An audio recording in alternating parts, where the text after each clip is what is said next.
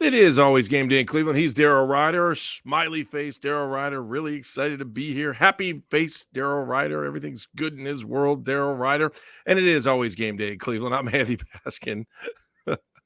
I'm looking at Daryl at the beginning. I'm like, oh man, it's going to be a long week, isn't it? We're brought to you by our good friends at Smiley One and Bryant, Northeast Ohio's premier heating and cooling solution. All right, Daryl, tell me, what is the mood in Berea to get things going here as we tape this on a Wednesday afternoon? They don't know who their starting quarterback is for like the 10th time this season. Like, that's where we're at. The canned response from Kevin Stefanski today, as we record this on a Wednesday afternoon, quote, "We'll see how it goes this week," end quote. Quote, "We'll make that decision at the appropriate time, but I want to see how this week goes," end quote. So, you want to read into it? You want to read into it? It's the same thing he has said every week. I know that he's had to deal with this. I know. I just don't know why he didn't say Joe Flacco's the starting quarterback for the rest of the season. Like, what the hell is there? I wasn't even looking for that today, Daryl. I was looking for he's the quarterback this week. No, what else do you need to see? I agree with you, but DTR when he's been on the field this year.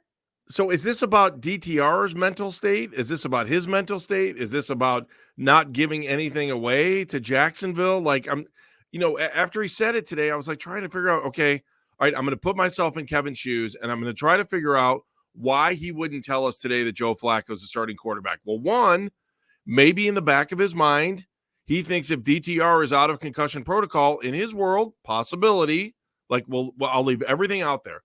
Possibility in his world, he is not going to replace a starter because of injury. Okay, maybe that might be an option. I don't think there's anybody on this planet that thinks that's a good idea or a rule that's probably worth using if you think a player is better than another player and gives you the opportunity to win. But if that's what he's thinking, okay, so be it. Maybe he's waiting for that. Maybe he wants to see if DTR clears concussion protocol before he says to DTR, we're going to go with Joe Flacco. I got to believe these guys know everything that's going on. If they don't, you got to question the communication chain in Berea. So I think they know what's going on. I'm trying to figure out why Kevin said what he said today. And I think it's all because of coaching. You tell me, do you have another reason why he couldn't just come out and say, you know what, Joe Flacco's our starter Sunday? And to your words, I mean, I didn't even think about it because I'm just going game by game. Why not just say, as long as Joe Flacco's healthy, he's our starter? Yeah, I don't know, because that's how I would have handled it. I would have been like, Joe's the starter. If DTR is out of concussion protocol by Sunday, he'll be the backup. You know what I mean? Like, there's nothing to evaluate. There's nothing to see here. Okay. Unless he thinks DTR is a better quarterback than Joe Flacco, and he's waiting to see if he's coming off concussion protocol. That's the only non-strategic point I think you could come up with.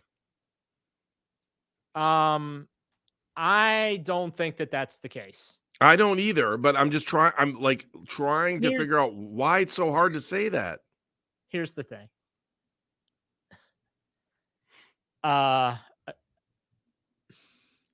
Against the Ravens, he threw for 121 yards and 3 interceptions. 165 yards and an interception against the Steelers. 134 yards and a touchdown against the Broncos. You mean to tell me that dude gives you a chance to win? I'm not the head coach. I'm just if saying. You ask me, what did Joe Flacco? What was Flacco's numbers? Joe Flacco this past week. I hope everyone's watching this on 44 for 254, 2 touchdowns and a pick.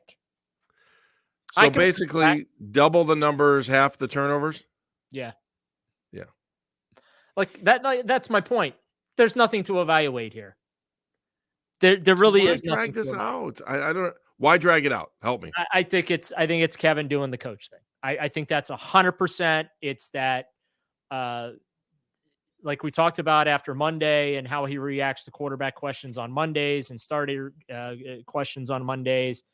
It's just his compartmentalization of things But I will be floored, absolutely floored, if DTR starts over Joe Flacco Sunday. And I'm saying, like, DTR's out of protocol, right? He's cleared. Doctors say, go for it, kid. Like, I will be floored if they choose Joe Flacco, or I should say choose DTR over Joe Flacco. Because then if that happens, I have to question, what the hell are these people watching? Because I know what I see. And a guy coming off his couch 2.5 weeks earlier played better than Deshaun Watson. Like, think about that. It is the best quarterbacking performance of the season. Maybe not necessarily statistically with the completion percentage, stuff like that, but just the throws.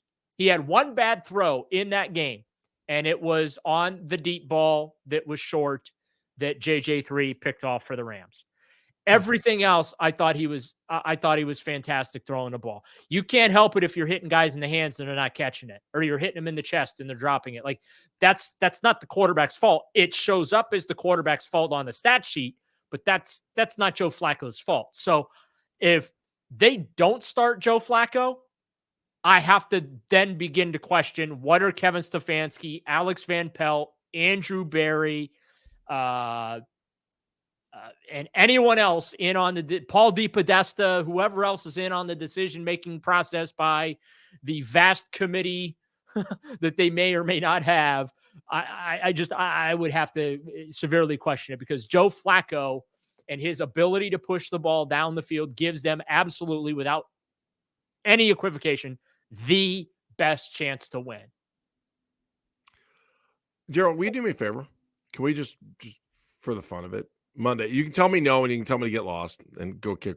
I do like telling you to get lost and go kick rocks, but go ahead. I know. I have no problem with that. On Monday, let's just say, I'm just going to randomly pick a player. Let's say Joel Bitonio gets through Sunday's game healthy. Okay. On Monday, will you ask Kevin Stefanski for me if he thinks Joel Bitonio is going to start the next Sunday? As a special gift to those loyal viewers and listeners of It's Always Game Day in Cleveland. Just to see how Kevin reacts. I would love to hear Kevin's answer. By the way, Kevin had jokes on Wednesday. I know. What was that all about? How about that? Yeah, it was all about? I was trying to figure it out. It was talking about Uber driving, or what was the deal there? Anthony Walker. Okay, so right. Since this has come up, but let's go, because I did want to spend a moment on the podcast congratulating Anthony Walker for winning the Walter Payton Man of the Year award for the Browns and being the team's nominee for the league award. Very well deserved. And then also too, he was the recipient of the Ed Block Courage Award, which goes to the player that usually they're coming off a bad injury and they bounce back or whatever. But so Kevin Stefanski, in talking about that particular situation, him winning the Walker winning the Ed Block Courage Award, Stefanski had jokes, and he made a joke that Walker got DoorDash, and he, I guess, ordered some oysters on DoorDash. Okay. All right. Which, let's be honest about it, that does take courage. Like, if you're ordering seafood of any kind, true, through a delivery service, is that the right terminology? Yeah, that's right. Delivery. Yeah. Okay, so if you're ordering any seafood through a delivery service, and especially oysters, right? Because that's a very finicky seafood. You can get very, very ill and test the quality of the plumbing in your residence if you. So Stefanski made a joke about him oysters, doing this, and made a joke that he didn't know if that particular instance factored in the voting of naming Anthony Walker the team's Ed Block Courage Award winner because he ordered oysters on DoorDash. And I don't know, maybe something happened with the hotel plumbing while they were out there that we don't know about or something. True.